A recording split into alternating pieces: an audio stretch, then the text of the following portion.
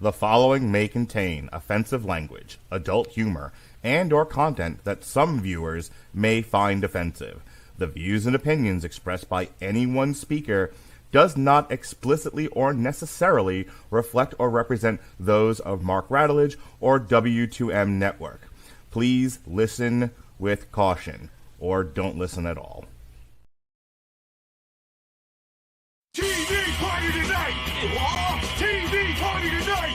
Oh, we got nothing better to do than watch TV and have a couple of brews.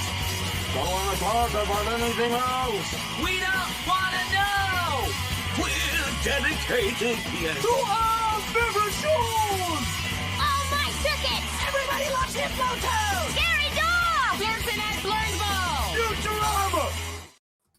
Good evening. You are listening to a Radulich Broadcasting premiere podcast, TV Party Tonight. I'm your host, the mandated reporter, and frankly, I'm mortified.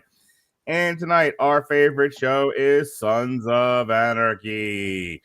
Sons of Anarchy is an American action crime drama television series created by Kurt Sutter for FX. It's got the movies. I thought this was Days of Our Lives.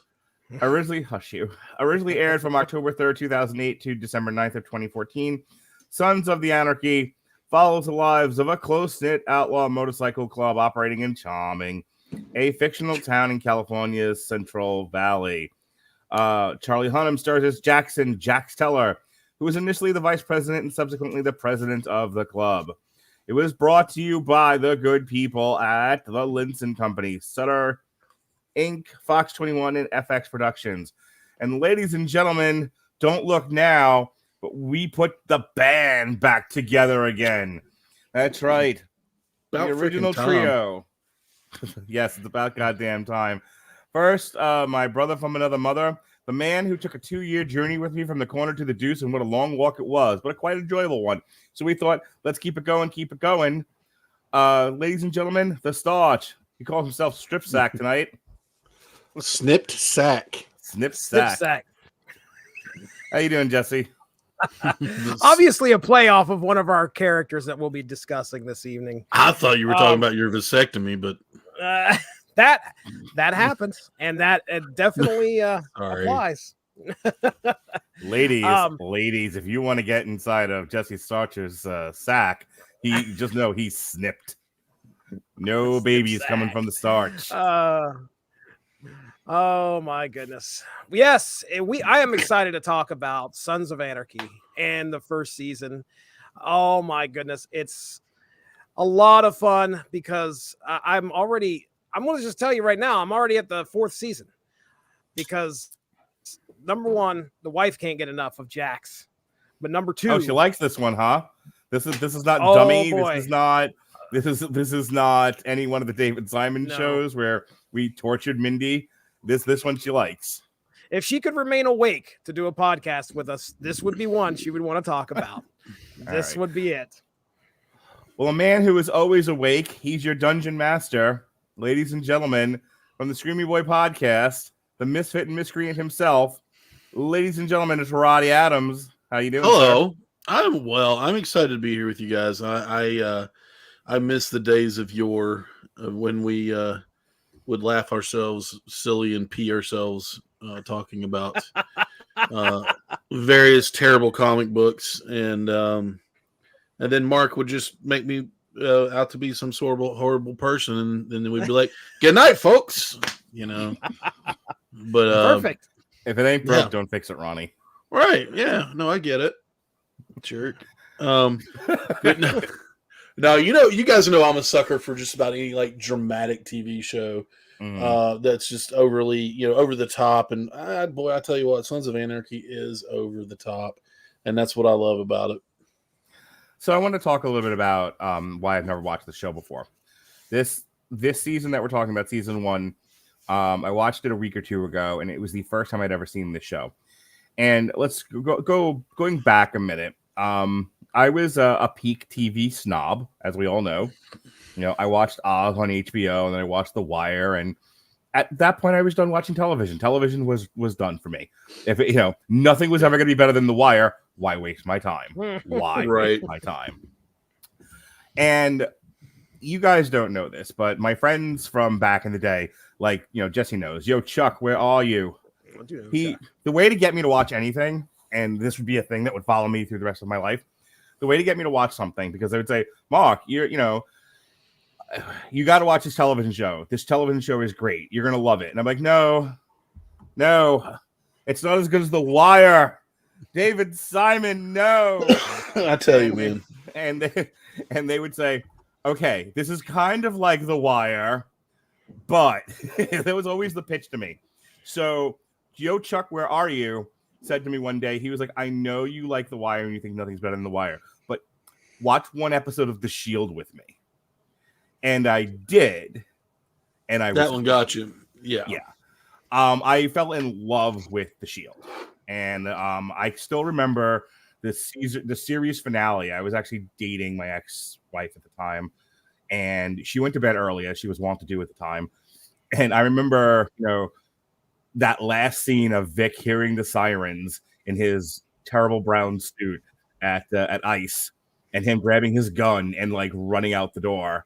And I like ran into the room, like woke her up like an idiot. Like, oh my God, let me tell you everything about The Shield ever. The show that followed The Shield was Sons of Anarchy, which Kurt Sutter created the show, and he worked on The Shield, even though it was a Ryan Murphy show. And this was his baby, Sons of Anarchy. And I have to tell you, I had zero interest in it.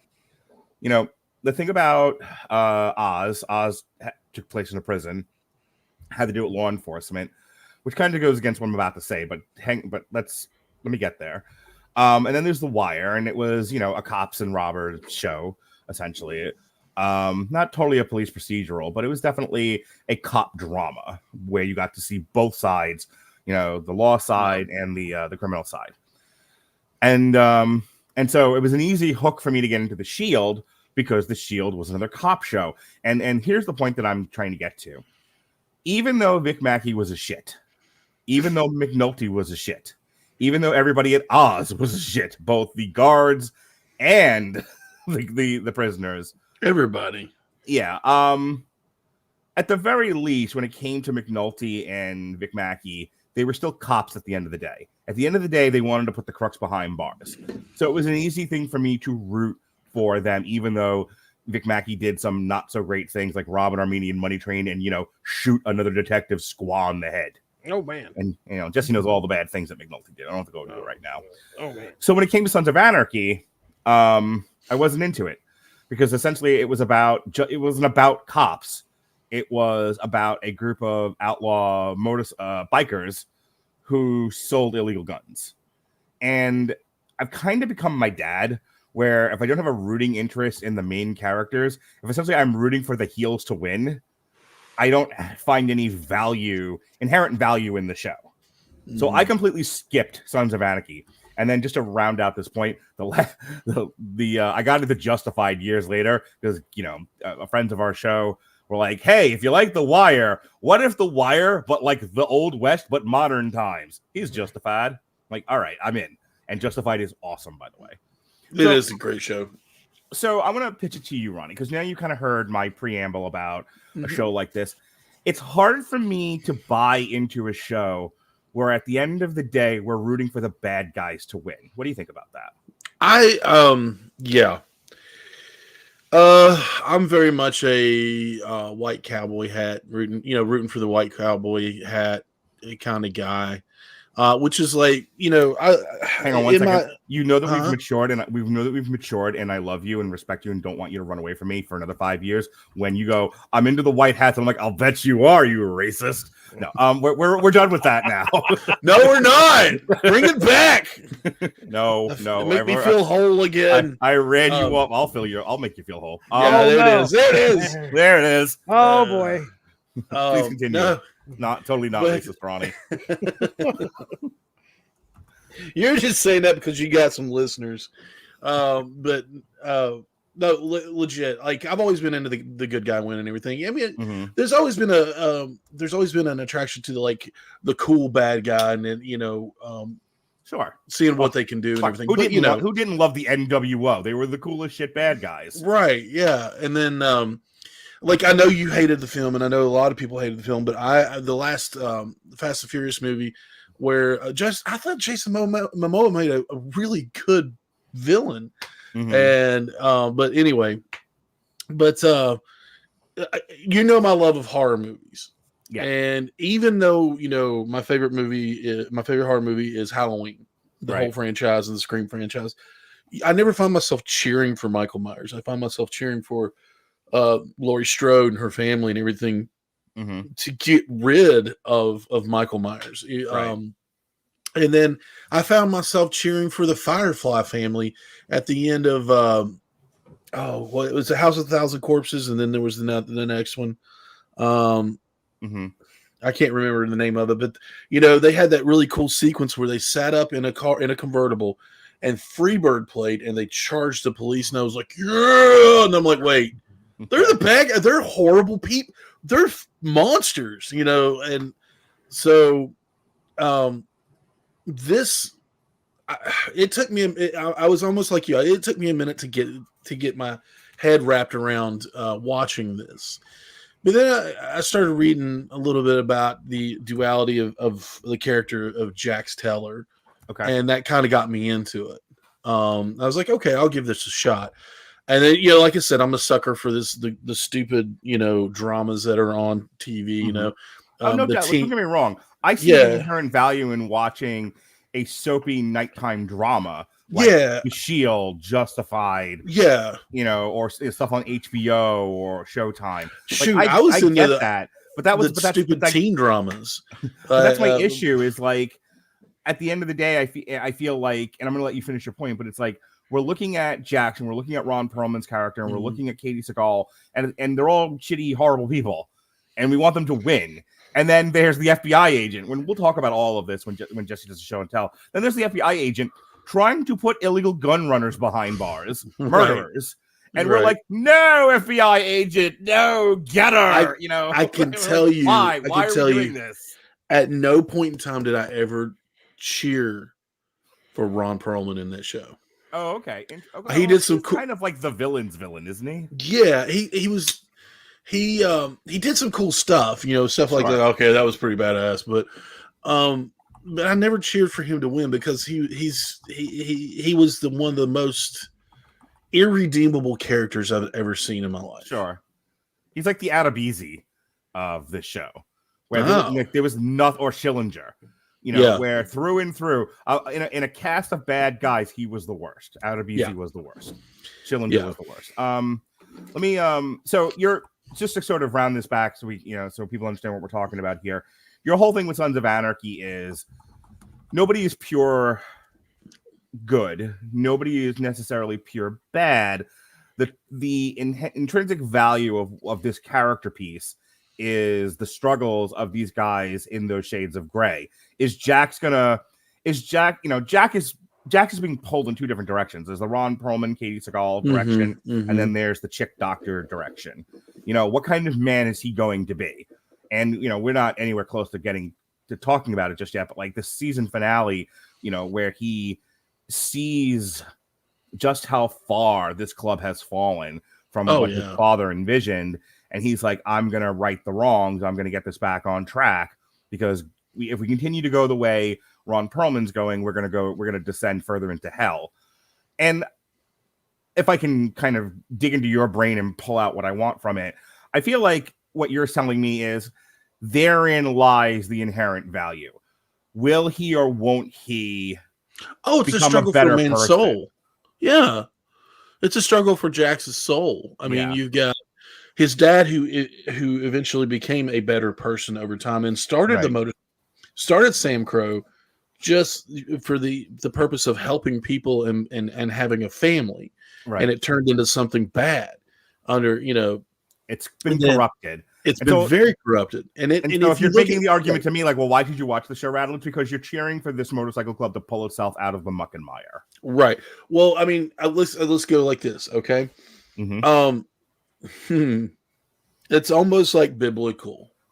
Okay. Whereas something was created for good and then man got a hold of it and corrupted it and made it while it Right. still could do good things, and they still did good things. They went on motorcycle rides, raised money for charity, Mhm. things like that. But underneath, they were dealing Right. drugs and guns and Right. So the blowing rooting things interest up. is, will this motorcycle club shed its its oily skin? Yeah, and become, or become a not force even for that. support? But you cheer for Opie, who is a good dude. Mhm. Right. He just got wrapped up in it because he needs money. And you cheer for Jax, who can become a good guy. And he's fighting against his stepfather, which is Ron Perlman, Mhm. and that's what I was like, okay, this is the drama that I need in my life right now. Right. All right, Jesse, we're having a conversation about rooting interests and, the inherent value of a show where ultimately you root for the bad guys, the guys breaking the law. I just want to get your kind of 50-word take on it, and then we can kind of get into the show proper. Yeah, I mean, I don't know. I find myself rooting for the anti-hero every once in a while. Oh, do you now? Street level No, star. now street level starch over here. So yeah, I mean, I can definitely see the pull to actually that's where kind of the drama comes in. Not only is it unfolding on your screen, but it's also within you yourself. Like, oh man, why do I want to root for this bad guy? Right. So, but yeah, everything you guys have said about how Jax's character is kind of torn about trying to get this motorcycle club back into what it used to be. It's all there. So you're trying to find the bright spots of these ne'er-do-wells, if you will, and why would I want to root for them? It's funny because starting this show, I didn't know what I was getting. Yeah. I didn't know Ne'er-do-wells. Ne'er-do-wells. I didn't know what I was getting other than I just knew my wife really loved this show and she said it was really good. Okay, can I ask you a question? So I feel like I know Mindy. We've been podcasting for like 100 years, and you've told one or two stories about your wife. Possibly more than I've told about my ex. And and here's the things that I know about. I didn't say they were good or bad. I just said you told in a higher volume. I got you. Okay. She likes the rom-coms. Mm-hmm. She I listened back to our review of Dummy, and and then here's these three cisgendered white males, discussing this very feminist, pro-sex show. And we're like, but what do the women think? And like across the board, the women, my Appalachian wife did not get much from this fucking show. I tell you that right now. Your exact quote. Jay said something very similar, which I thought was funny. But so I'm curious to know, you're very simple, very lovely Appalachian woman, wife who likes the rom-coms. What's the draw here? What's right? Well, it's got to be sexy Charlie Hunnam, right? Absolutely. Yeah. Okay. Absolutely. I mean, who doesn't want to bang Charlie Hunnam? I know Ronnie does. Oh, Ronnie. Okay, hold on now. You said stop doing racism. You said nothing about gay jokes. When did I say stop doing racism? Wow, I see how that sounds now. Yeah, you're really walking through the alley there with Joe Chill, pal. Oh man, both my parents took one to the head on that one. This was I remember specifically this was a suggestion by my wife's good friend. She was there you go. Sup, Jax. She heard from her friend about this great show that's on FX. You need to check it out, and immediately started watching it. And of course, I'm sure there were plenty of discussion about Jackson, how he can't keep his shirt on. So, but anyway, as soon as the thing is that I'm the one that wants to bang and listen to you, Mark. No question. When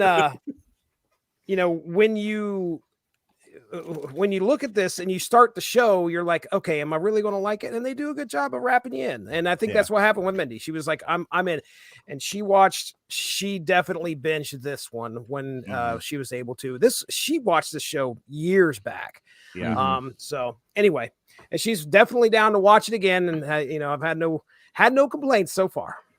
Do you have any genuine interest in like motorcycles or motorcycle clubs? Just out of curiosity? It's great that you asked that because I was thinking about the same thing. Like, I personally don't. Yeah. We do actually have Mindy's cousin is a member of the Villains of Marietta, I think is what it is, or maybe it's Villains Motorcycle Club or something like that. But he's a member of the stand-up guy. I don't know why they call themselves the Venoms or the Venoms. They're the Venoms. Holy shit! I want to be a member. Please put me as a member of the Venoms. Check out our symbiotes. They're not called cuts, they're symbiotes.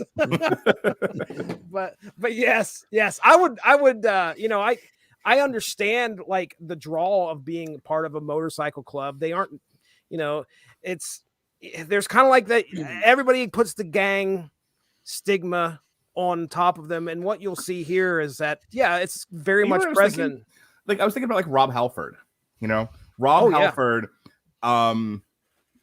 took on like the classic motorcycle, like 60s motorcycle. I mean, when you think about like heavy metal culture, Judas Priest, Rob Halford, a lot of modern motorcycle culture in its aesthetic drew from like a lot of like heavy metal culture rather drew from the 60s era motorcycle culture.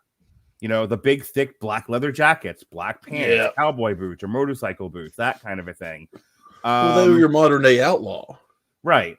I'll be honest with you, like I've never had not much of an interest in motorcycles or motorcycle culture, but but I think you'd have to be blind to not recognize how inherently cool they all look.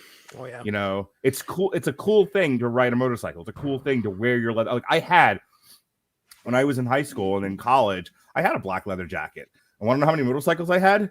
None. But by golly, I love that motorcycle jacket. Who doesn't? There's a YouTube video out there. I think it's still on my page of my son who walked into my dad's garage, and he was probably 2 years old. And my dad had this motorcycle. I mean, motorcycles are cool. And my son just flipped out. They're an absolute symbol of American freedom. My son flips out, and like I have him on. If you watch the video, you can hear him go, "Fucking shit, bike." And I'm like, well, I don't know where the fucking shit came from, but hey, he said it, and it's on video. Wait a minute. Did your 2-year-old son drop a fucking shit? He said, "Fucking shit, bike." Nice. Get after my own heart. Anyway, the point is that it drove him to curse at 2 years old. That's how cool motorcycles are. And this thing wasn't like, this was just like your old Land Cruiser, you got two big old things on the side. You can put your groceries in or something. But, dad always had a bike from what I could remember as a young kid, actually riding on the back of his bike, probably at 10 years old. And it felt great to go down the road and just like you said, there's nothing but you in the air and the motorcycle between your legs, and it's a lot of fun to do that. So as far as being member of a club, no, never thought about it, but just like I said, I know a few people that are. Ronnie, 50 words or less, any interest in the motorcycle culture? Is that one of the draws to the show? I will take 51 words, sir. Whatever, passive aggressive Pete. Actually, not so much the club, but my dad had a motorcycle when I was a kid. Okay. I remember riding on the back of it. I was probably about 6 or 7 years old, going about 10 miles an hour up and down our road in the Holler, West Virginia. But it felt like it was 110, because I was a kid. Right. And it was a lot of fun. So I've always liked motorcycles, but I've never liked, for lack of a better term, I've never liked the sport bikes, the crotch rockets. Sure. I've been a Harley guy, for my entire life, because just like you said, they're cooler and they look like you're riding a horse, a steel horse, and then you get, you could do the saddlebags or the compartments and everything else. And you've seen the guys with the ape hanger, handlebars that hang up high, right, and all this, and it's just if they get too high, they're dumb. But hello, like this. Get your motor running. What happened to his arms? They got pulled out of socket when he went underneath. When he went underneath a power line, he stopped short and Mary Lou Retton right off that thing. It was incredible. But it was just the thought of being able to jump on something like that and just take off and have the wind, you know, and the sun and the day, and you know, it's just it's like riding a horse, only much faster. Mm-hmm. I want to compare as a point of discussion, kind of jump starting the discussion of this show. I want to talk about the very first episode of The Shield. Spoiler alert: Vic Mackey shoots detective, I think it's Crowley, in the head. And every episode of The Shield or so, there was some sort of case that the strike team was dealing with. But the whole time, while they're solving crimes and trying to clean the gangs off of the streets of Los Angeles, they are also trying to hide this murder they done committed. And that is the through thread. You know, this is the reason why I'm bringing this up. A big source of the drama and tension that keeps you hooked into season 1 of The Shield. And then a little bit later, when they rob the Armenian money train, every other season of The Shield, right to the very end, is that there's at least one through thread that you're interested in. Like, is Vic Mackey gonna get away with it? Is he gonna get away with cold-blooded murder of another cop? Are they gonna get away with stealing the Armenian money, stealing from the Armenians? And I think that's one of my major structural issues with season 1 of Sons of Anarchy.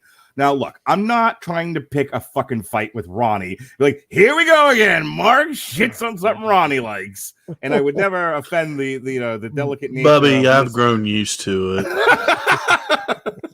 Don't worry about that. Just Ronnie in a corner listening to Damn You Hollywood filleting himself. He's like, oh, I can't stand it. Filleting? Are you saying flailing myself? Flagellating. That's the word, flagellating. Yes, Don't fillet yourself in a corner while listening to one of the I'm not here to kink shame. Whatever. What in the blue hell, Mark? Flagellating. Welcome back, Ronnie. Anyway, flagellating yourself in the corner. I structurally have problems with the show. It's a bit meandering. You have the stuff You're with a bit meandering. Love you too, bud. You have the stuff with Jax and the baby who may or may not die, and the junkie wife and the doctor, you know, and they've got a nice little will they won't they romance going, and that's fine. You've got Ron Perlman and Katie Seagal, you know, trying to push the club in one direction and Jack in that very same direction, and resistance to it by some of the other club members. You've got a murder that happens here in a storehouse full of guns blowing up over there. You have a brewing little war. Of this, a little of that. Yeah. You have a brewing war between the Mayans Motorcycle Club and just the loveliest racism. By the way, one of my favorite things about this show is the amount of fucking racial slurs. I knew you were on board for that one. I was just like, every time they couldn't go a scene in some of these episodes without dropping a racial slur. Well, and not just the Mexicans or the blacks, like the whites got it too. Everyone got called something. Which is wonderful. It's modern Shakespeare. Anyway, it just, from a structural standpoint, and here's what I'm trying to say. There was no through thread per se. I mean, you can make an argument for, well, the very first episode, they blow up the storehouse full of guns, and they spend the rest of the season trying to figure out how to get guns, how to sell guns. They're constantly making deals and double dealing and backing away from the, and it's a lot of that. But then they introduce the Chicago police officer who's a domestic abuser. And then they have the federal agent, and she's, on a one-man crusade to get these, to get this motorcycle club. And I just felt like there was no major, Ronnie, there was no major through thread for me to kind of hang my hat on. It felt a little, I used the word meandering before. It felt a little unwieldy at times. And I get that. And when the season ended, I didn't really, I looked to see where I was so I could time the amount of episodes I needed to watch in order to prepare for the show.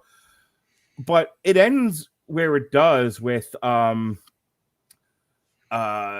Opie's wife getting killed because they think it's Opie because they thought Opie turned on the club. Yeah. And then it's like Jax kind of shows up, makes a bit of a quiet scene at the funeral, and they're like, maybe we need to do things different now. Maybe we do. And then it ends. Like, I felt like that should have been the mid-season finale. Well, they didn't know if they were coming back. Well, but you just made my point for me. It doesn't have a solid ending. It very much like who shot JR at the end of this thing. You're like, wait, what happened to the next episode? Oh fuck, we're at the end of the season. What really better ending. way to but what better way to for fans to demand to bring you back than leave it on a hanger like that? You know what I mean? No, I don't disagree with you. It's just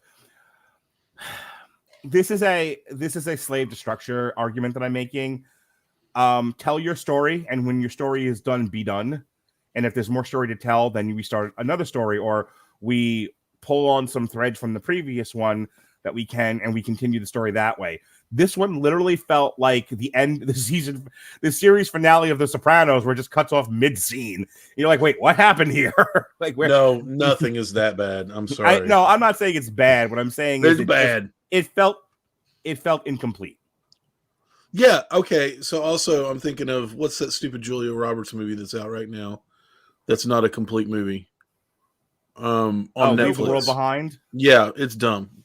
I've heard nothing but complaints about this movie. I haven't seen it yet. From Netflix. Listen, I can't talk about what that movie was about because I don't want to spoil it for anybody. But go ahead, Ronnie. I'm sorry. Okay, just like Canvas content says, it can feel Sean, like the chickens. Hi, Sean. Don't all come together to roost at once until they start the end game in the last 3 seasons or so. So I was actually going to say they're building up to a bigger picture. They're building up to a bigger that rolling drama. You know, you are very much a structured person when it comes to TV and movies. You know, you want that story to end, boom, start a new story. And keep going and keep going. I know a show that would drive you nuts, and it's Letterkenny. Okay, because you have no clue where they are. It could be spring one day, and the next episode it's Christmas. You're like, what? The ex, because she's now currently mirroring her current partner's personality, is all about Letterkenny, and because that's his show, and so she's trying to get me to watch it. I'm like, I'll just take the clips on TikTok, thanks. It's a good show. It's funny. It's really I've heard Shorzy is much more structured and much more my speed. Yes, Shorzy. I was going to say Shorzy would be your world. Yeah, but anyway, I tend to enjoy the ongoing story and the cliffhangers and things like that. I was a big fan of Lost. I loved Lost. Can I interject this just to kind of because I like the conversation that we're having. I just kind of want to bat this around for a little bit. At the end of the first season of The Wire, most of the Barksdale organization went, leave me alone. At the end of the first season of The Wire, the best show in the history of television, the Barksdale organization mostly went to prison. They left a few guys out on the street. There was a few strings that they could pull on. But for the most part, they told the story they wanted to tell. If they never came back for the remaining 4 seasons, it was fine. The story essentially was over. The fact that they came back and they started looking at the death of the American dream, in terms of the longshoremen, or politics or the education system or media in the subsequent seasons was all well and good. But essentially the season 1 story was done when season 1 was done. I can't say that for the first season of Sons of Anarchy. And while I accept what Sean is saying in our comments and I accept the argument that you're making, I struggle with the forethought that we're just going to end the season and we'll resolve this. We'll fix it in post. We'll resolve it later. We'll all come out in the wash. It's like, no. Tell your story. And when your story is done, stop. Where does this shit we're stopping in the middle? What are you, George Lucas? Worked for him. No, it didn't. But okay. I get what you're saying. To me, the story is a story is a story is a story. Sure. Would it bother me more if they didn't come back? Jericho, one of my favorite shows of all time. Oh, nuts. Yeah. They were not supposed to come back. They canceled them after the first season. Yeah, that's what happened with the Glades, right? They shot the sheriff in the Glades and they never came back, so you still don't know who shot the fucking sheriff. Right. Well, first season ends, they're having this big, huge battle, this war, right? And he's telling a story about his grandpa. It's in World War II. And I think the Germans asked for their surrender. And yeah, exactly. trying to plan on the bubble, but it was the whole story went nuts was the answer. Mm-hmm. And it was meant nuts to you, which is like, no, we're screw you, we're coming anyway. Right. And at the end of the episode, the finale, he takes the radio, and they're like, we want the middle of this civil war, between two towns and everything else, and after what was it, like 10 nuclear bombs went off in America, Jericho was like the hub that where the radiation stopped, right, and people wanted in, and he was, and then the guy just went Skeet Ulrich. He goes nuts, and then it was it. Right. I was like, oh, that's great, and then they're like, oh, that's not coming back, and I was like, no, that's terrible. Jesse, I want to bring Jesse into the conversation. So, like, we're talking about the structure of the season. Which thoughts? Oh yeah, I mean, for me, it was all about like, we're just going to give you an idea of what this club is about. So yeah, it may have felt meandering. It was kind of like a day in the life of Sam Crow every single day. Yeah. Even though they had this longer, but the way that I viewed it, I didn't know that they weren't possibly coming back. I didn't know that was the case. But the way that I go ahead. I was just going to say, I think that I heard that they weren't sure. I mean, it was like a hit, but makes sense. Know. I mean, it's the first season, you don't know. So, but yeah, it felt more like, hey, this is the motorcycle club. Get to know them because stuff is going to happen. And I think that's the way the ending got me, was it's like, oh, yeah, I've got an idea of who the members of this club are, and you get an idea of their loyalty to each other and their loyalty to what they can do themselves, and then their family lives as well. And then you have this tragedy that happens at the end of the season. Yeah, I want to know what's going to happen next. So the fact that it took this long to get there, I mean, I was on board. I wasn't going to complain. There wasn't any moments. No, that's what I'm here for. Well, yeah. There wasn't too many moments that took me out of the episodes or anything. And I was on board I was hooked for everything, just to try and figure out, okay, what's going to happen next. And it did kind of feel soap opera-ish. That's probably the best way that I could maybe put it. It's supposed to. But yeah it's a drama. So I'm not going to nighttime soapy drama. That is its genre. Jesse said what I was setting up with the Jericho thing. That one word, nuts, set up for a whole different storyline in season 2. Right. It felt like a cliffhanger, but it opened up another door where they did a whole nother line, another storyline. It got bigger. Things changed. It was cool. It was really cool the way they did it. They canceled Jericho. Remember, they canceled Jericho, and people were so pissed. They sent like peanuts. Yes, they sent like tons of peanuts. And I'm talking like metric tons of like dumping semi trucks of peanuts. To where NBC had to tell people, please stop sending us nuts. We'll give it another season. Get your nuts out of here, for God's sakes. Nobody wants your nuts, you dirty people. All right, I'm gonna so that Ronnie does not lead a brigade of Chris Bailey and Evan Bevins and others with soap in a sock to beat me because I said nothing nice about this show. Let me say something nice about this show. I really like the Charlie Hunnam character. I actually think he goes on a classic hero's journey, where he starts off very much wanting the approval of his mother and Ron Perlman, and then over the course of time, he is, due to the closeness with the doctor character, he starts to see the error of their ways. He starts having a crisis of conscience. He does things like he saves the witness at the end of the season from getting killed. He sets her free. There's a couple, the stuff that happens with Opie really like sets him over the edge when when he is promised by Ron Perlman. And I'll tell you this, I keep thinking about, how this compares to The Shield. Ron Perlman straight up lying to Charlie Hunnam's face about what was going to happen to Opie, because they really weren't sure if Opie had turned or not. And so, and then Jack is like, I've seen, I saw the truth in Opie's eyes. I know that he didn't turn on us. And they're like, we really don't know. It's like, so you can kind of see where Ron Perlman's coming from.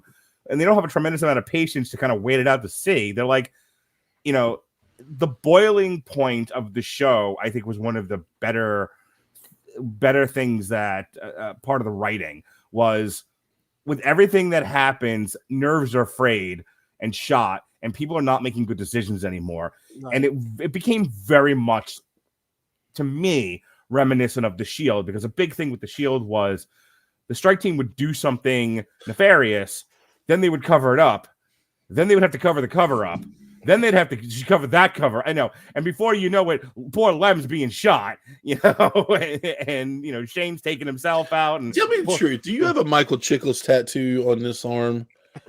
And then not on my arm, big fella. I got McNulty on one thigh. Yeah. Mick Mackey on the other. And I make Irish cups. And I go to the bathroom and I make them kiss. That's right. Oh God! Why? Because you started. Anyway, my point is that the drama inherent in The Shield was they were constantly trying to fix a fuck up from 1 minute to the next, and that's kind of what happens with Ron Perlman, where it's like, oh my God, we've lost the guns, and this happens, and this, I know, and we get to the part with Opie, and he's sitting there telling Jax, no harm will come to your boy. And they absolutely plan to kill Opie. And they fuck up big time by killing his wife. And that's when Jack is like, that's it, I've had it. You were like a father to me. My mother is my actual mother. And yet you people don't give a shit about me. All you care about is a stupid club and making money running guns and just being shitty people. And this is what I mean by the classic hero's journey. By the end of it, Jack is like, I no longer want to be a shitty person. There has to be more to life than this. You found his father's journal too, right? Which Katie Seagal kept trying to take from him. Yeah, she was a terrible person in this show. I'll tell you what, we all know her from Married with Children. She's fucking awesome in this show. Yeah, she does a phenomenal really good job. Yeah, if you wanted me to talk about the craft elements of this show, I don't think the writing is all the time all that strong. Like I said, I brought up some of the structural issues, but the performances are spot on. Ron Perlman hits that like tenor of shittiness so well without being overtly like, he's not the emperor, but legitimately he's one of my favorite actors outside of makeup. He's great in makeup because that's what he's known for. Sure. When he's outside of his makeup, I think he does a great job. Well, Robert and I talk about this all the time about like the best villains are the ones that believe they're in the right. And that's what makes Ron Perlman's character so great and so shitty, is he absolutely thinks he's doing the right thing for this club and for everybody else. And he thinks lying to Jax up and down is what needs to be done. Like, he's the guy, making the hard decisions. And he's like, and then when he realizes he does fuck up, like, it's not like he's just like, oh, well, you got to break a few eggs. No, like, he feels legitimately guilty about what they do to Opie. Yeah. As he should. Like I said, he's not a complete bag of shit. Jesse, just for our sake, Opie's wife was the school teacher in Jericho. Oh, was she? I didn't know that. Oh, okay, that's pretty cool. The cute little brown-headed, short brown-haired, school teacher. That's her. That's right. That's right. The overall arcing thing about motorcycle clubs, there's just more of a gang than anything. There are wonderful clubs out there that do a lot of great things, and there's a church I went to for a while even had a Christian motorcycle club, that was attending there, and so there's a lot of good. There's more good than bad really anymore, I think, but the whole point of the motorcycle clubs, gangs, things like that, is people that don't have family or that family feeling or that structure seek that out in different ways. I was gonna say, the motorcycle club is also a family, a place for the Vietnam vets who came home. Who didn't have remember a lot of these guys didn't have family. A lot of these guys came home. Yeah, they didn't have family, or they were rejected by their family because their family was against the war. A lot of displaced vets, and the motorcycle culture took them in large portion. There's that Venn diagram is almost a stack of pancakes between vets and motorcycle riders. Yeah. and it's a stack of pancakes. I like that. But no, I mean that's what makes this. To me, that's what makes this part of life, or I mean that kind of life intriguing. I like to, it's just like, I've never felt that need, really, other than family and friends. But it would be interesting to be like, okay, this is my family now, and then I would do anything for them, including run guns and beat people, and and then it's just a constant party in the clubhouse. Yeah. There's always, you wake up every morning and there's always it's just like Jonestown. Everybody's just laid out on the floor. And then, half naked women and, and half naked men, things like that. Just, it's one of the things that was like, man, that's crazy. I wonder what that would be like in real life, Be awesome. All right, Jesse, unless you got anything else in terms of craft or themes, we can go into show and tell. Are we going to talk about the songs?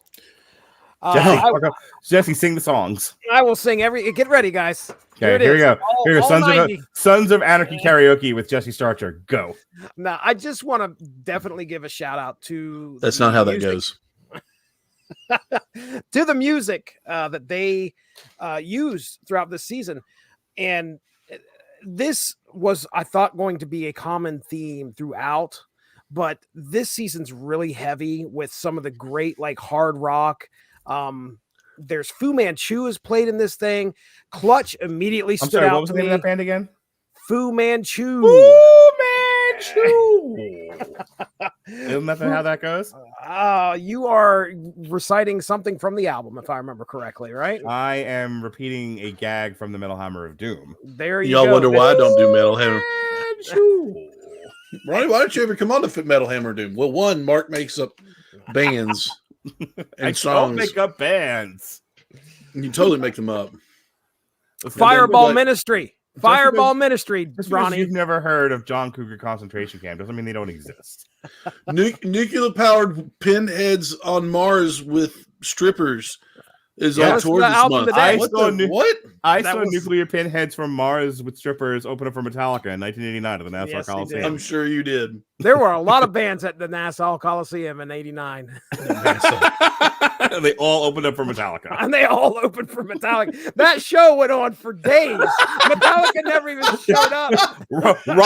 You've heard of Rockville, right? This was like Monthsville. Oh man! But there's even some Katie Segal. I think sings some of these songs that show up in here. She has a really good voice. Yeah, she does "Son of a Preacher Man," I believe, in one of these episodes. Oh, I didn't know that. Yeah, so the music, it really stood out to me, and of course, I'm immediately keying in on all those hard rock bands that I recognize and I use them so well. I think it's really used a lot this season to the show's advantage. I wish it would have continued. I'll just go ahead and tell you guys it's not going to, unfortunately. We might get a little bit They more. blew their soundtrack budget in season 1. They did. Right, we need a really cool song here. You go bang pots and pans together. But yeah. I'm sort of just off in the distance banging a tambourine. Yoko Ono to do the music. Oh no. Oh geez. Yeah. So anyway, I'm shouting out to the music there. Just to let anybody know, if you're a fan of Clutch, which by the way, and if I'd known you were wearing yours, I would have worn mine. We could be like gay twinsies. Oh, you know what? I should have let you know. Jesse, shout out to Buc-ee's. There you go. Ronnie met my wife at the Buc-ee's in Georgia. You need to quit. That is a terrible rumor, sir. And of all the things that you've done to me on shows past, this is the worst. Oh wow. I've done some horrendous things to you. So Fu Manchu. Fu Manchu. So anyway. All right. Yeah, I don't have anything else here. I mean, we can get into all right, whip it out and show it to me, Jesse. Oh my goodness. Well, I guess the best way to go about this, you guys have already talked a lot about the character, so we don't really have to get into it too much here. But as far as the IMDb, which has it's my show, I tell you can. Look out, ladies and gentlemen. It's Ronnie Adams' show. Ronnie Adams just lawn darted me into the fucking side of the trailer. Kick him. You are the Rey Mysterio to my Kevin Nash. That's right. All right, give me a second. Let me get every time I need a good chuckle, I watch that video. I remember when while he's waiting, I remember when Jonas was like 2 or 3 years old, and I wanted to show him some wrestling, and I just showed him like clips of fucking Hell in the Cell, like Mick Foley just get eaten off the cage. And he's Beautiful. And for years he thought that's all wrestling was. He was just like, show me more wrestling. And it's like, it's not all fat guys falling off cages. Let me show you the beauty of the death match. Oh yes, absolutely. All right, so yes, we got Charlie Hunnam as Jax. What's up, Jackson? handsome? Jackson Teller. Here's a nice picture of Jax. We've already talked a lot about Jax. Well, I guess we're going to get some pictures of him here, maybe. Most of it's scenery, apparently. And here's a tasteful shot of his buttocks. There you go. What you do get That's quite the a few of those. That's the next 15 slides. I ain't complaining. But anyway, we've already talked a lot about Jackson, his conflict within and the conflict without. You guys were talking about what this character has to go through. Yeah, he at some point the violence has got to be too much. Like, you're in this club and you can tell that Jax is not really on board for everything, but he's been brought up in here. Running guns is just second nature. Once you take race out of it, he starts to question, how are we any better than the blacks or the Mexicans? We aren't doing anything different from the way they're operating. At this point, the only difference between us is we're white. And the one-niners and the Mayans. Yeah. Yeah. And I think that's a big part of like his motivation, where he's coming from, which is essentially, we keep saying we're better. Are we better just because they're white and that makes us racist? Or are we better because we actually are better? And so far, I'm not seeing any evidence of that, which I think is an interesting turn for that character. Then his stepdad comes around the corner and drops the N-bomb. Sorry, that was one of the funniest. We talk about like our favorite scenes. I have two. When they go to talk to the one-niners at the end about who might have shot Opie's wife, and finally, and of course the old, just old racist fucking idiot, and Charlie Hunnam's like, if you don't shut up, I'll kill you myself. Yeah, that was great. My other favorite one is when Katie Seagal fucking brained what's her face from Orange is the New Black right in the face with the skateboard. Oh yeah. Oh my goodness. Because I've seen some violent shit in my time, but that took the cake. That was rough. This dainty 90-pound girl was soaking wet and just fucking takes one squaw on the nose. Yeah, she gets hit hard. Is it Cherry? Is that who her name is? Is that what her name is? Cherry. And I want to say like her actual like Christian name is like Tawny something. Go ahead. I was going to say, again, more of this season is kind of letting you into the motorcycle club and giving you an idea of who these people are in the life that they lead. And that whole Taryn Manning, that's her name. Okay. Yeah. There's that one episode where they go to the other club and where we meet Sherry, and she's like, she's an old lady. Or she's trying to be an old lady, I should say. She's not an old lady yet. It's apparently you got to graduate to be an old lady at some point. But anyway, that was just strictly there to kind of give you an idea of the lifestyle that is, that surrounds this club, and what being the wife, or not even the wife, just the girlfriend of somebody in the club is. Anyway, as opposed to the ass they pass around like a joint. There's Gemma. Gemma Teller, yes, Katie Seagal does a fantastic job. I agree. Dime piece in this, man. She is. Oh my god, smoking hot. Is it weird that she looks younger in Sons of Anarchy than she did on Married Absolutely with Children? not. Well, they made her look old on Married with Children, I think, but this she looks so much younger. Yeah, and so like hotter. Like she was so pretty in How I Met, or no, what was it? 10 Questions. The 10 Questions. John Ritter. I know. John Ritter show. Oh, 10 Rules for Dating My Daughter. 10 Rules for Dating My Daughter. She was so pretty in that, and then you get this, and I guess it's just something about being a bad girl in it. But man, she walked on screen. I was like, "Oh, hey, Peggy." I missed the high heels in the walk though for Married with Children. That should be There should be like her gimmick or like contractual obligation. No matter what character she plays, she's always got to do the walk. Like Fran Drescher's laugh. Yes. matriarch of the club. So my wife described her as very manipulative. Oh, That is an understatement. That's a gross understatement. Right. She is, as the mother to Jax Teller, watches out for her boy and her upcoming grandson. Well, actually, her grandson, which I think it's after first episode, her grandson has appeared. Was born, Abel. yeah.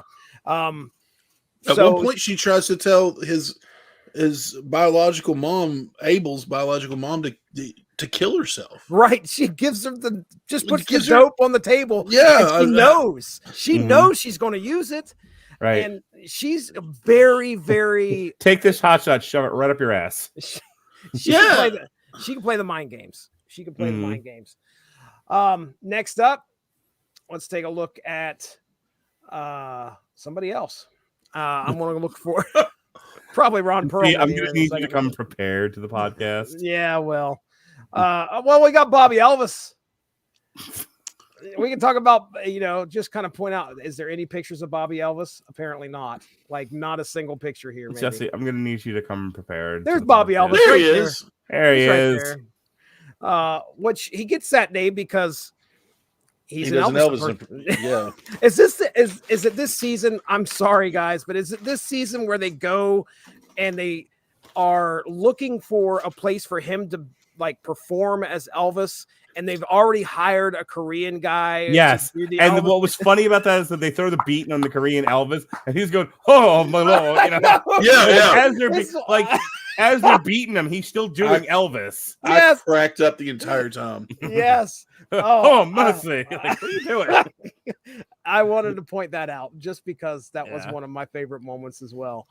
Then we have Tig. We haven't really talked much about Tig. I mean, we talked about the act that Tig commits and the fact that Ron Perlman's character, Clay, put him up to it. Yeah. But Tig is a weird guy. Tig is he's the hand of Ron Perlman. He's his most loyal, disciple, and he does his dirty work for him. And he's very much insane. I wouldn't say even insane. He's very much a devotee of the Ron Perlman School of Motorcycle Clubbing. Yeah. And so he follows his orders without question. Interesting sexual proclivities. Is that the best way to put it? Yeah, there you go. Ronnie. What do you mean? What here, let me describe it to you. Please.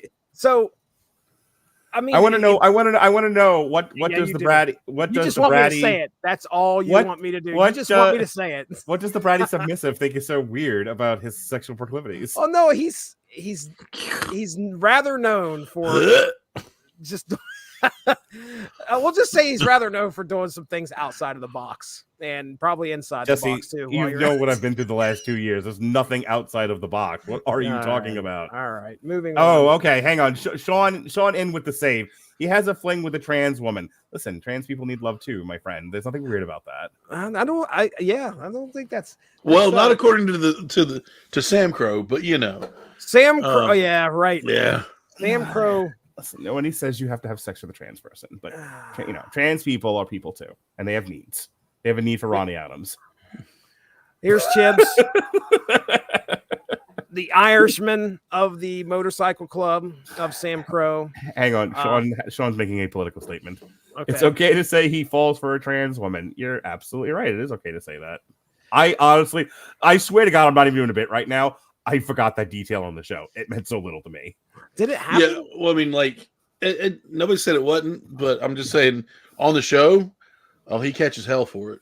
Oh, that's man. Fair. In the world of the show, it's probably not looked upon as a great thing, but yeah. This bro right here on the screen, right there, is one of my favorite character actors. Chibs. Wow. So this is Tommy Flanagan. And would you call him a character actor? Irish McLucky, is that his name? Yeah. Would you call him a character actor if he only does one character? But he can't help it because he has a Glasgow smile. He's been cut into a Glasgow smile. Okay. That's scary. Or not what do they call it? That's Scotland. They call it Yeah, whatever it's called, Well, yeah, he's definitely got a look about him. Plus, he's definitely Irish.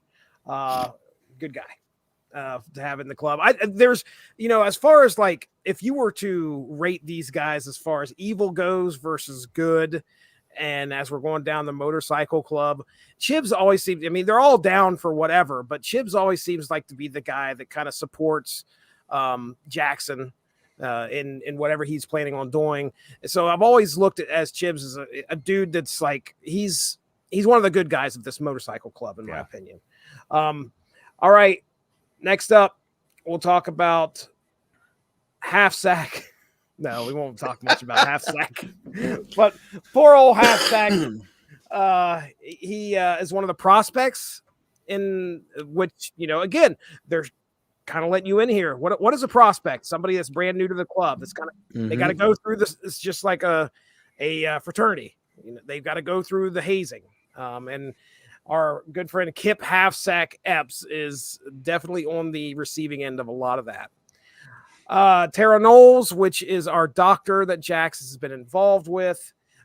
I do need to be more prepared, apparently, Mark, because IMDb has no pictures whatsoever. I thought, boy, I could go to IMDb and be ready for this. Dr. Tara Knowles, I liked her. I was thinking about like the women in this show, and we talk about like the Adrian scale, or like the Worst Wives Club and stuff like that. And yes, Katie Seagal's like supposed to be a villain, so I can't really count her as like the on the Skylar scale.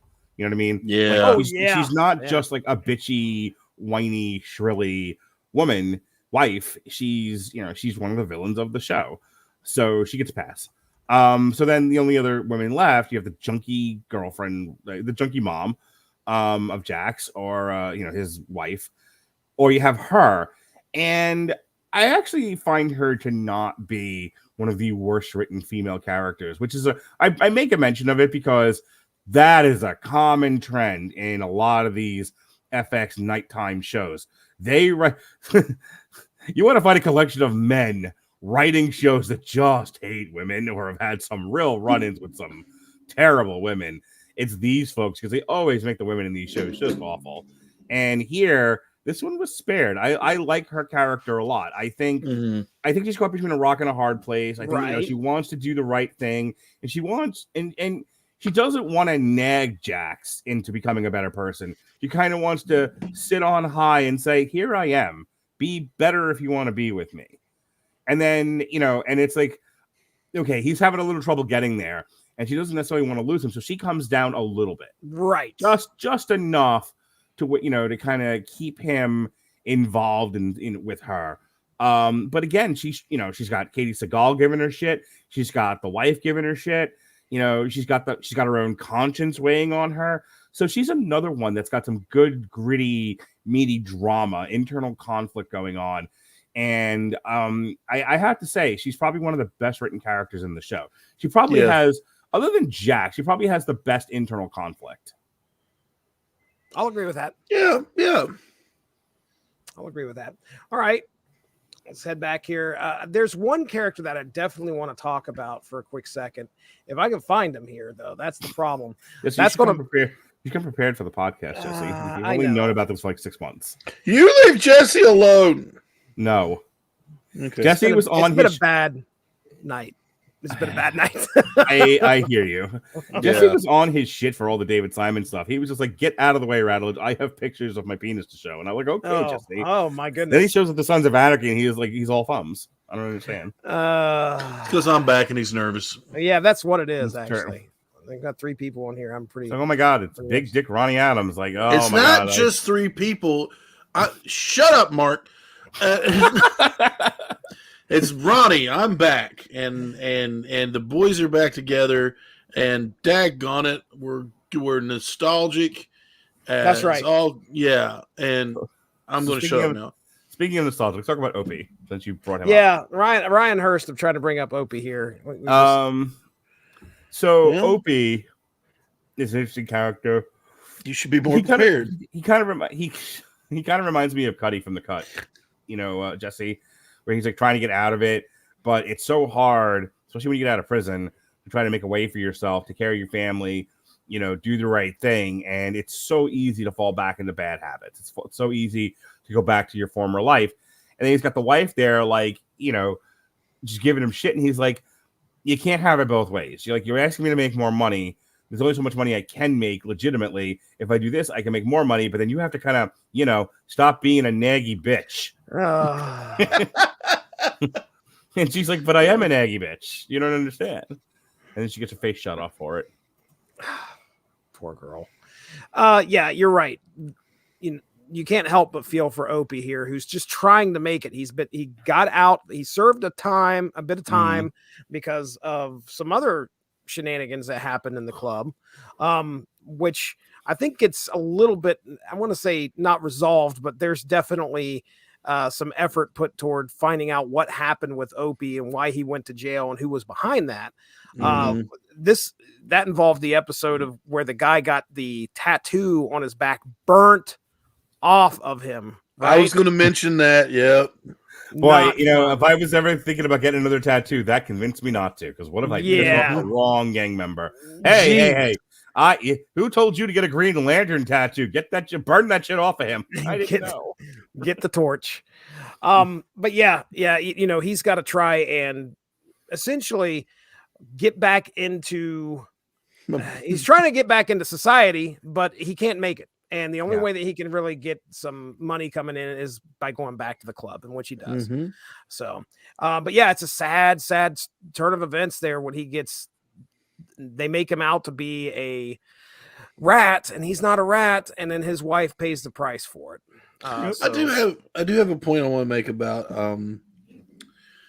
we're talking about Opie and how, you know, we're talking about, you know, Jax and Gemma and just how awful. I can't ever remember Ron Perlman's name, the character name. Clay. We're just talking about how awful he is. But hang on 1 second. You know how many times they said Sam Crow in this show, and it took me 6 or 7 episodes to realize that's the name of the club, not a person. Dude, I'm right there with you. I'm like, wow. Do they live in Sam Crow? I thought this place was charming. I had to look at the cast list like 12 times. Like, who the fuck is Sons Sam of Crow? Anarchy, Motorcycle Club. Yeah, I got it there, Chief. What was it again? Tell me again, because I want the listeners to know. I don't. Sons of Anarchy. Okay, yeah. Motorcycle Club. Is it Redwood Original? Yeah. Okay, all right. Now I got it. Sam Crow. SAMCRO. You were saying I did not realize that this was Opie, the guy from remember the Titans? Oh, that's him from Remember the Titans? I didn't without the beard. Hey, you know who else in Revenge of the Titans? Revenge of the Titans. You know that's the second one that came out. Football. All the football guys have guns. It's crazy. Hey, Jesse. Not all of them. Remember the Titans? Yeah, tell me. What's his nuts from The Wire? Oh, really? What's his nuts? You're talking about? Listen. Every time, going forward on this show, every time you mention The Wire, you owe me a show. Oh, that's never going to happen. Of my choosing. Okay, let's see if you can get through Sons of Anarchy, all 7 seasons there, pal. Before you start demanding We'll do it.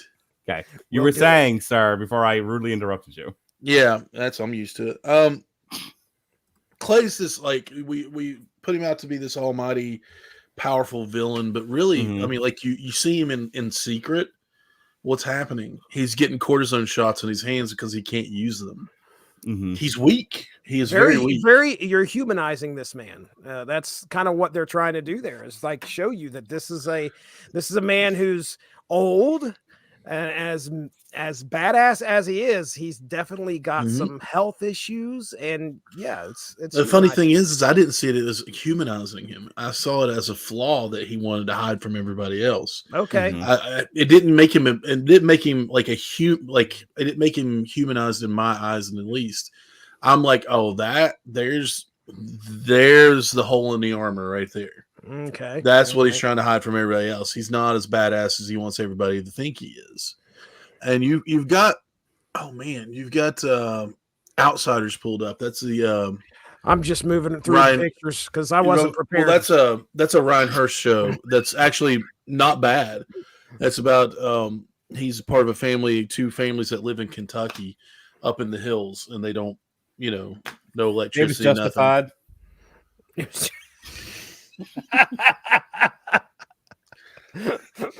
I want to see how many other shows I can bring up here. We'll talk about them as we talk about Sons of Anarchy. Let me ask you a question. There was a show. There's only 3. They have Oz, The Wire, and the Damn it! You Shield. stepped on my joke. I'm sorry. No, I was talking about The Corner. Oh, okay. The corner store. Yes, There he is. That's is. Opie. My Okay, goodness. That's Opie. Bill Opie. Took me a few to get there. And that. I mean, the ladies love Opie too. Oh, do they ever? I've heard Jax. And then second place is Opie. Very close, second place. It's all about the beard. I They think. fill the girls with so much semen. Oh, here we go again. Oh boy. All right. You had to have been on last night's recording of source material. You didn't want to, I'm not- believe me. I've been banned from source material. Yeah, Okay. that's right. Okay, Jason. All right, what else you got there? I mean, my goodness, it's going to take me forever to bring up everybody, but we also have Juice. Oh, I love this character. So he's got his finger up this guy's ass, yeah, and because he's been shot. Oh in the ass. my gosh, Yeah. that's great. And so the doctor comes in and he patches the guy's ass up, and he could not have looked happier when she told him how well, what a good job he did. I know, he was so excited. He's like, oh, someone does something good about me. Yeah, The entire time he's trying to hide his Hispanic heritage Mm-hmm. as well from the club because he doesn't know how they're going to react. And then it's kind of like, really? I mean, have you looked in the mirror lately? Theo Rossi, I remember him. Didn't he play Shades in Luke Cage? Is that what it was? Or Yes. not Luke Cage? Yeah. Was it Luke Cage? Yeah. Okay. Yeah. But yeah. I whenever he was on the screen, I was kind of excited. It was always fun to kind of watch his portrayal. Oh, he's a great character. Of Juice. Yeah. So I like that, and I think as we go forward throughout the series, he becomes even more enjoyable. I'm trying to find Chucky, the guy that they end up that has CMD. The chronic masturbator. Yeah. That was my favorite episode of all time. He had CMD. Legit. All you got to do is look up top here. We've got our own Chucky. He's talking about you. And I brought him back to the show there for a second. I'm not hopping seasons, am I, when I talk about CMD, am I? Mark, does that ring a bell at all? Because I'm sure that you would have remembered this. Do you remember? It Does not ring a bell? I bet You're hopping seasons, yeah. Am I hopping season? Oh my gosh. Yeah. All right. Well, damn it. All right, so anybody else we want to talk about before we close out for the night? No. I mean, I don't think you put up a picture of Ron Perlman. Do we want to actually talk about him a little bit more or no? We can talk. I mean, there's so many characters, like even the sheriff, or not the sheriff. I was going to say Wayne deputy. Unser. Wayne Unser, and then the deputy as well. The deputy who's like next in line to Oh, become, he's these are the foils that they kind of have to deal with, like Wayne Unser, who is the acting police captain. I don't know if that's the right term. Sure. But he's in bed with Sam Crow at that point in time, and he's on his way out. And here we have a deputy that's kind of like, that's good friends with Jax, or at least I'd say friends with Jax, friends with Tara, but also is like, I want to nail your guys' ass to the wall. Stop messing around and doing what you're doing here in Charming. I think that's a great dynamic of the show because you're wondering, like, okay, not only do Sam Crow have to worry about the Mayans and these guys and this guy, but they also have to worry about the law. Jesse, I sent you something. Oh, I can't wait to look. But anyway, so what else, Mark? What else can you think of off the top of your head that stood out to you this season? I think just really in the last words I have to say about the show, Wait for more. the FBI agent, I struggle with her. we're talking about Allie, what's her face? Yeah, this is a great podcast. That guy over there, and what's his face, and what's his nuts, and fuck you face. The really pretty FBI This is horrible. the really pretty FBI agent. No, she has a great scene with one of the inmates where she tries to get him to turn. And he says he's going to do it. He takes her face and just slams it in the table. Yeah. And then by the end of the episode, she's like, "I'm going to kill you." She's got a face full of fucking blood, and she's like, "I'm going to get all these guys." Agent Stahl is her name. Yeah. Agent Here's my Stahl. problem. They have to write. It was the same thing with the detective from Chicago that's doing the domestic violence and the stalking of Tara. They have to write the people who, by all rights, should be the good guys. They have to write the cops as inept, incompetent, evil, and you're like, oh, well, we certainly hope the motorcycle gang gets away with the murders because these people are even worse. And I don't know. I kind of find that to be weak writing. I will say that my favorite scene I was thinking about was where Jax confronts the guy for stalking her, and he shoves the K-bar into the engine, like into the radiator of the car, like just straight through the front. Sets off. Doesn't he set off the? He is not scared because he walks up to the guy and he's just like whoop and throws something. He's like, okay, you need to leave, or you need to leave her alone. Yeah, and he's not scared at all. And I think part of it is they own the sheriff of the fucking town. How much trouble is he really going to get into? Even if they didn't, though, I mean, he's messing with the doctor, so he takes that a K-bar military knife and shoves it straight through the front of that vehicle and sets off the airbag and everything. It's just my last word on the FBI agent. And really, I've got nothing else. It's weird. Like, there's a part of me that wants her to succeed, but you're not supposed to root for her because you're supposed to root for the fucking stars of the show. But it's like, no, they flat out murdered somebody. Then they shot this poor woman, Opie's wife, who isn't all that bad. I mean, I saw Opie's point of view. I saw her point of view. She's low on my Adrian scale. So it's like I'm watching her, and she's very much kind of doing the Vic Mackey thing of I'm gonna go outside the lines because we can't legitimately get this gang. But they got to be God. And it's like, I kind of agree with her. Her philosophy on it's going to take it's going to take some extra circumstances to get this crew. You're not wrong about that. Yeah. But the show wants you to cheat, wants you to root against her, wants you to boo her because she's, she's operating outside the lines. Meanwhile, Vic Mackey, brutalizing gang members left and right, and we're all like, yay, Vic, yay, kill those gang members, it's perfectly fine. Like, the dramatic whiplash between the Shield and this show is pretty bad. So but I like her. She's a pretty gal, good performance. I'm curious to see what they do with her in the next couple of seasons. That's really all I have to say about Sons of Anarchy, so I'll let you guys close out. Let me just jump in here and say I did not jump seasons. Episode 5 is the CMD guy. This is the guy. I'm glad we settled this. Yes. Well, because he is my favorite character of this show. All right. So Chuck Marstein, he's a counterfeiter. And in episode 5, they go and they find him. They also turn him over at the end of the episode to the Asians. Of whatever the Asian gang is. I can't remember what their names are. But anyway. I believe they're called the Chinese Chinamen. Okay. Thanks, Mark. But you said you were done with racism, Mark. Never. The great thing is, he's sitting there talking to the gang, talking to the motorcycle club, and all of a sudden he just starts reaching down into his pants. And they're like, what the hell are you doing? And he's like, I'm sorry, I've got a condition. It's CMD. It's chronic masturbating disorder. And it's funny to watch these guys try to deal with it because they need him for this job. Well, I know what I'm doing at work tomorrow.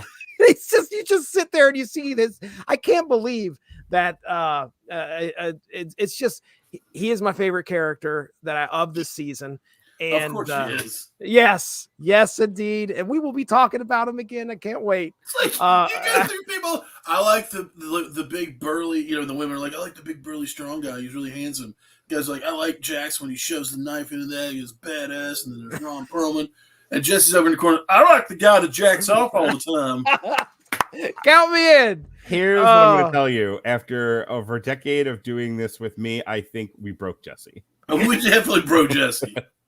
I didn't break Jesse. 10 years ago, you show the same show. He's like, I like Jax. Jax is cool. Ron Perlman's cool. 10 years later, after dealing with an incessant amount of dick jokes out of my mouth, Jesse's like, I like the chronic masturbator. I like the CMD. Jesse's in the mirror going, I don't even recognize myself anymore. Wait, they just said I like the CMD.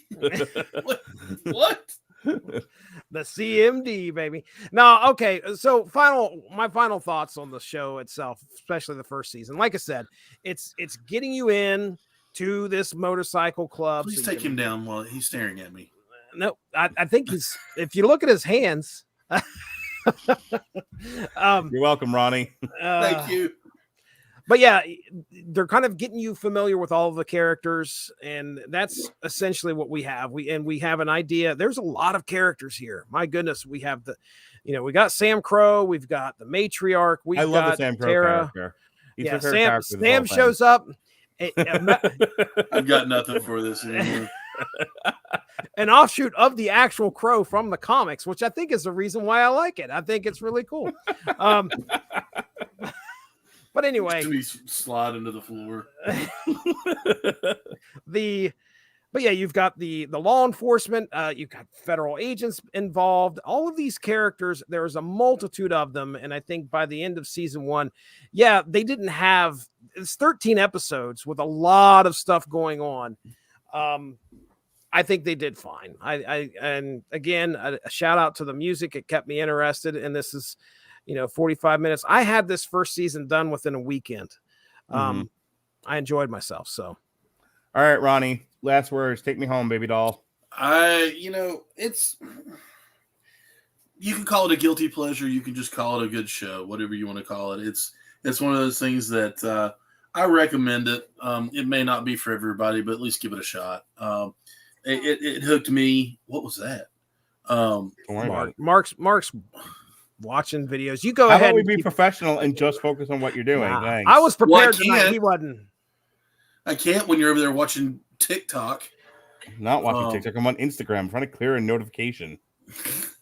Turn your phone down. You turn your phone down, chronic masturbator. I have nothing else to say. Good night. Well, this inaugural edition of our review of Sons of Anarchy is now concluded. We'll be back for season 2, March 18th, season 3, April 29th. Hey, the day after my birthday, guys. I'm going to be 48 years young. And the day after that, we're going to celebrate my birthday with Sons of Anarchy season 4. I just hear it's all chronic masturbating all the time. Then you don't know how right you are. Sons of Anarchy season 5, June 27th. Season 6 will be July 15th, and we will conclude our look at the Sons of Anarchy with season 7, August 26th. So, not quite the David Simon experience, but we're gonna have fun, and we're gonna see them all. If you're wondering, why aren't they doing it in February? Because February we do black shit. That's right. It's all black shit all the time. We have Jason on here. We have a lot of triple features for the month of February to celebrate Black History Month. Because, as we all know, as Ronnie got us started on, in February we do black shit. In June we do gay shit. In July we do shark shit. I never did that. Yeah. At Christmas time we do Christmas shit, right, Jesse? Oh yeah. Let me ask you. Never mind. I don't want to know. What do you do at Thanksgiving? Well, let's talk about the cranberry sauce. The CMD and the cranberry sauce. In Thanksgiving, we stick our dick in the mashed potatoes. No, in the cranberry sauce. That's right. That's right. It's the Beastie Boys that stick their dick in the mashed potatoes. We I stick just our like dick in the the cranberry fact sauce. you're like, we do black stuff in February, and Jason's going to be on here, and I'm like, but why? Because we don't got no blacks on the Radulich and Broadcasting Network. You need to start outsourcing, baby. No, it's funnier when Jason and I do that shit. Oh dear God. Here we have two middle-aged white men talking about the authentic Black experience. There's no cognitive dissonance here. Anyway. Speaking of Hey, Ronnie, cognitive... where did you go to fight for 5 years? Ronnie, why did you quit podcasting? There's like a dartboard with my face on it. Where did you put the voodoo doll of me? I'm just gonna leave this comment up Like here. sitting on it. Because when I think of Black America, Right. Jason Teasley. That face was perfect.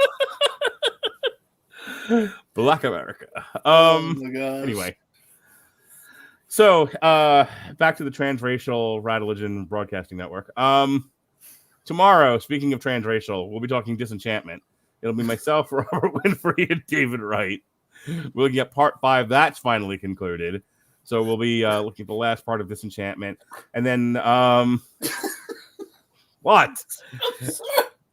Thursday, I'm going to be doing double duty. I saw American Fiction last week, so I'm going to pop on movies that don't suck and some that do. Because we said this year we weren't going to wait a year before I came back on again. So they're doing American Fiction and Saltburn. I don't have time to see Saltburn, but I'm going to come on and talk American Fiction. And then Sean Comer, who's been hanging out with us tonight, he's watching our show. He and I will be doing a triple feature that he picked. It'll be Street Fighter, Street Fighter 2, The Legend of Chun-Li, and Mortal Kombat Annihilation. Ooh. So that'll be fun. You went from okay to oh to All right, next week is movies, all day, every day. The 29th, we get Hoity. Yes, we will ascend. Myself and Robert Winfrey will trip the life fantastic. We will sip Chardonnay, and we will discuss cinema. We're going to look at Past Lives, Maestro, and May December, which I heard the critically acclaimed guys talk about today. I did not realize it was about the chick teacher that slept with the 12-year-old, so that'll be fun. I'll tell you, I am somebody who is very giving. When people come to me and they say, I have this idea, this thing I want to do with you, and I say, well, I can do all kinds of things with me. I'm happy to do them with you. Happy to do them to you. So I was approached by one Dorian Price, and he was like, I have this friend who likes to listen to our show, and we would like to get into a sissy slap fight over Ryan Reynolds' Green Lantern. So I will be in the position of judge, and they will be defending and prosecuting the Green Lantern movie at their request. So that'll be fun. And then Black History Month starts in earnest on January 31st. Myself and Jason Teasley will be talking The Blackening, Black Christmas, and Meet the Blacks. I don't know if you heard in that title there, but there's a theme. I don't know if you know what it was, though. It's very subtle. The Thursday views expressed in this podcast have nothing to do with Ronnie Adams whatsoever. And then this has nothing to do with black folks, but Evan Bevins, good to his mother, likes to play Strip Snap with Jesse Starcher. A good old Strip Snap. Strip Snap, that's right. We're going to be doing a actor focus on the vivacious, the cute, the beautiful, the talented Jennifer Garner.